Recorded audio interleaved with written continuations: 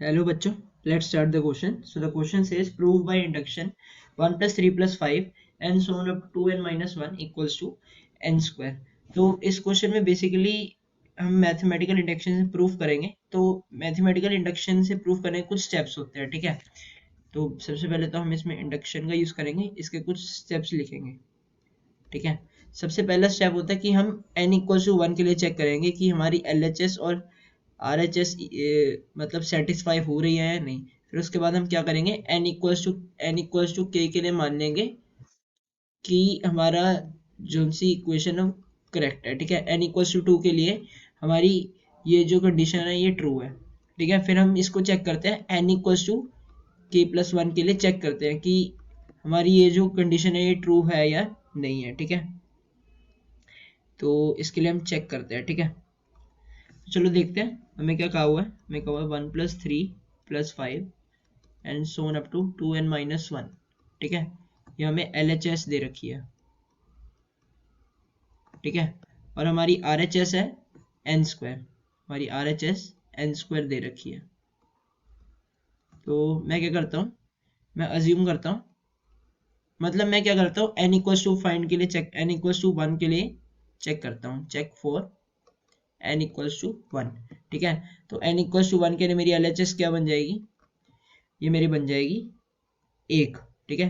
ये at the अगर मैं n की जगह 1 डाल दूंगा तो मेरी सिर्फ LHS 1 के इक्वल ही रहेगी, तो मेरा LHS 1 आ गया. और सिमिलरली जो मेरा RHS होगा वो n स्क्वायर के इक्वल है, तो n स्क्वायर मेरा n 1 है तो मेरा 1 होएगा, ठीक है. तो मेरा LHS किसके इक्वल होगा, RHS के, ठीक है. और अब मैं क्या करूंगा मेरे सेकंड स्टेप पे, ठीक है. सेकंड स्टेप मेरा क्या बोलता है, मैं अज्यूम करूंगा assume for n equals to k condition is true. Assume कर लूंगा तो मेरा क्या बनेगा 1 प्लस, ये मेरा क्या बनेगा 1 plus 3 plus 5 and so on up to 2 times k minus 1, ठीक है. ये हमारा किसके इक्वल हो जाएगा, k स्क्वायर के, क्योंकि LHS ये है, ठीक है. ये मेरा RHS है, ठीक है. अब मैं थर्ड स्टेप पे मैं क्या करूंगा, मैं करूंगा चेक फॉर k प्लस 1, ठीक है.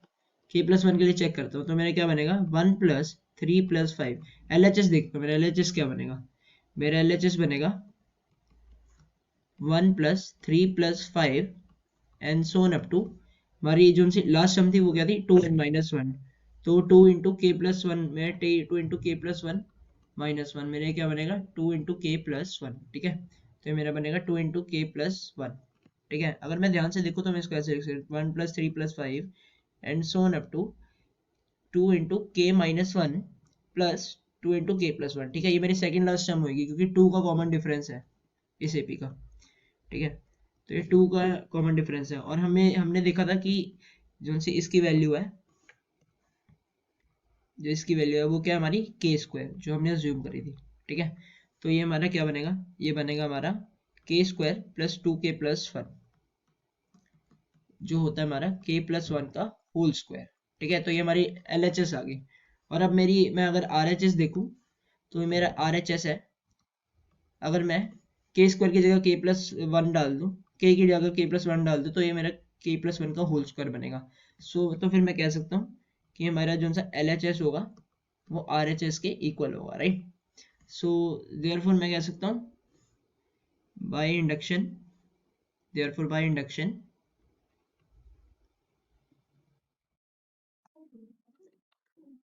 my condition is true.